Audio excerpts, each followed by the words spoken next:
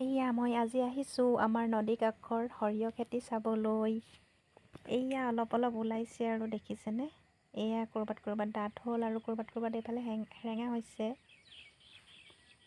এইয়া চব সৰিয়হ এইফালে কম কম ওলাইছে, বেছি ওলোৱা নাই বাৰু। এইবাৰ গোটেইডোখৰ সৰিয়হ ছটিয়াই দিয়া হ'ল। এইফালে বেছিকৈ ওলাইছে, এইডোখৰ পূৰা ডাঠ হৈ গৈছে। অলপ ছটিওৱাটো ডাঠ হ'ল। এয়া দুকপিমান ফটোৱে মাৰি ল'লোঁ আহিলোঁ যেতিয়া।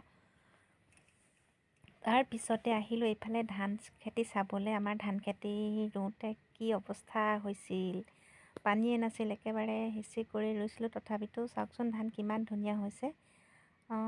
আনবিলাকৰ তুলনাত আৰু যথেষ্ট ভাল হৈছে। এইয়া চাওক কিমান ধুনীয়া হৈছে। আকৌ দুদিনমানৰ পিছত আকৌ বাৰীলৈ আহিলোঁ। এইয়া ওলকবি খেতি, এইয়া সৰিয়হ দেখিছেনে কিমান ধুনীয়াকৈ ফুলি থাকিলে। সেইদিনাৰ দৃশ্য চাওক আৰু এতিয়াৰ চাওক।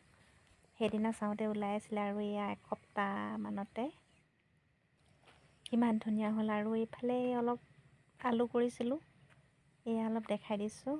এয়া বম্বাই আলু আৰু এইখিনিত মাজতে আছে ৰচুন পিঁয়াজ অলপ দি থৈছোঁ ঘৰতে খাবৰ বাবে। সেইফালে সৰিয়হ, এইয়া চাওক কিমান ধুনীয়াকৈ ফুলিছে। আৰু এইফালে আমাৰ দাদাহঁতে কৰিছে দেই ওলকবি, ইফালে আলু, সেইফালে দূৰত আছে ফ্ৰেঞ্চবিন, তাৰপিছতে বেঙেনা খেতি কৰিছে, এইবোৰ ৰচুন পিঁয়াজ। আৰু এইফালে আছে এতিয়া যিহেতুকে মাঘ বিহু আহি আছে, মাঘ বিহুত কি খায় বাৰু, ৰঙা আলু নহয় জানো। এইফালে ৰঙা আলু কৰিছে। এইখিনি আৰু কিছুদিনৰ পিছতে খান্দিব হ'বই আৰু, যিহেতুকে বিহুত খাব লাগিব। আৰু এইফালে আমাৰ টিপকলটো আৰু ইয়াৰ পৰা পানী দিয়ে আৰু খেতিবিলাকত। এইফালে ওলকবি বান্ধিছে আৰু চব কিমান ধুনীয়াকৈ কৰিছে। এয়া আমাৰ দাদাহঁতে কৰিছে।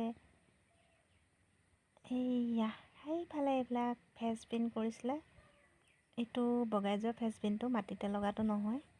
আৰু এইফালে আমাৰ মিষ্টাৰে কৰিছে সৰিয়হ, কিমান ধুনীয়াকৈ ফুলিছে।